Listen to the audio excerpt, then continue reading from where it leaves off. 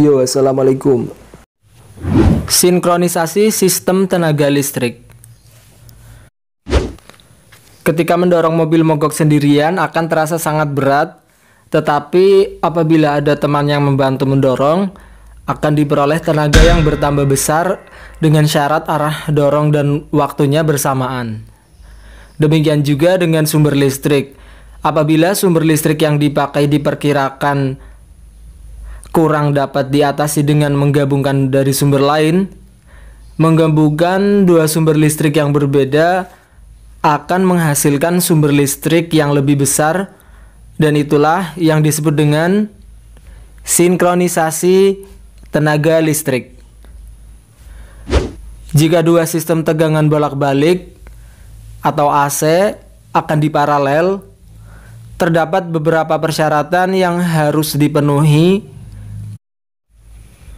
Jika persyaratan tersebut terpenuhi, akan tercipta sinkronisasi proses yang disebut proses penyinkronan.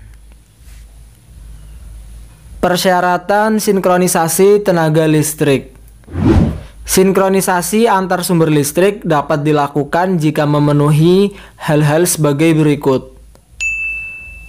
Tegangan kedua sumber listrik harus sama. Frekuensi kedua sumber listrik harus sama. Sudut fasa kedua sumber listrik harus sama. Urutan fasa dari R, S, T kedua sumber harus sama.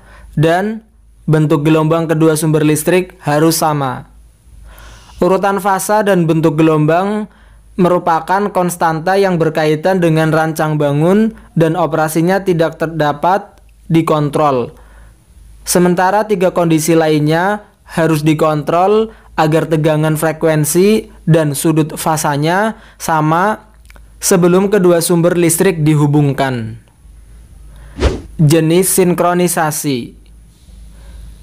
Seperti telah dijelaskan sebelumnya bahwa sinkronisasi adalah proses untuk menyamakan tegangan, frekuensi, sudut fasa, dan urutan fasa antar dua sumber daya listrik bolak-balik berdasarkan arah atau susunan peralatan pada sistem tenaga listrik. Sinkronisasi dibagi menjadi dua jenis, yaitu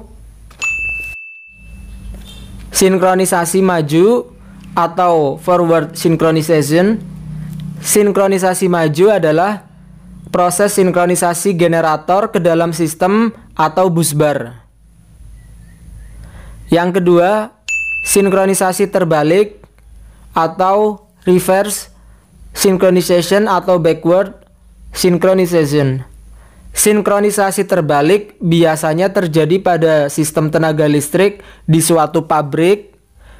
Suatu jaringan suplai akan digabungkan ke dalam suatu jaringan sistem atau busbar yang ada. Pada kondisi ini tidak dimungkinkan untuk mengatur parameter sinkron pada sisi incoming atau jaringan yang akan disinkronkan.